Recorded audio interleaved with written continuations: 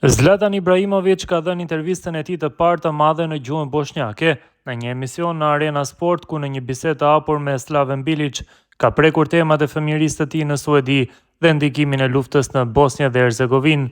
Ibrahimović u rrit në Rosengard të Suedisë dhe ndonë se babai i tij dhe një pjesë e madhe e familjes vijnë nga Bosnja. Ai thekson se nuk pati shumë kontakte drejt për drejt me luftën dhe agresionin që ndodhte atje. Sipas tij, lufta nuk pati ndikim të madh në mënyrën se si ai u rrit, por gjithsesi ai veçon dy situata që i kanë mbetur në kujtesë nga ajo periudhë. Në atë Rosengard ishim të gjithë bashk, për ne ishim të gjithë njësoj, bosnjak, kroat, serb, shqiptar, nuk kishte rëndësi nga vije, kishim respekt për njëri tjetrin. Pastaj filloi lufta. Në ato vite nuk lexonim gazeta, unë as telefon nuk kisha.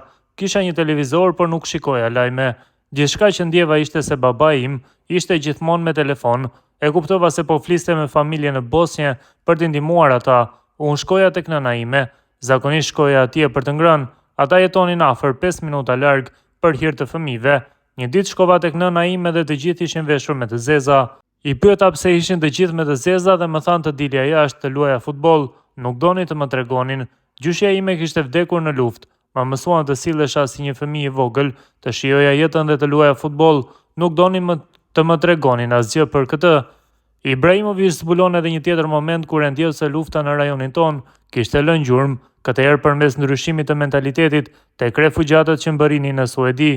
Babai më bënte të luaja futboll, më linin jashtë që të mos ndjeja çfarë po ndodhte. Pastaj erdhën refugjatët në Suedi dhe ata kishin një mentalitet tjetër.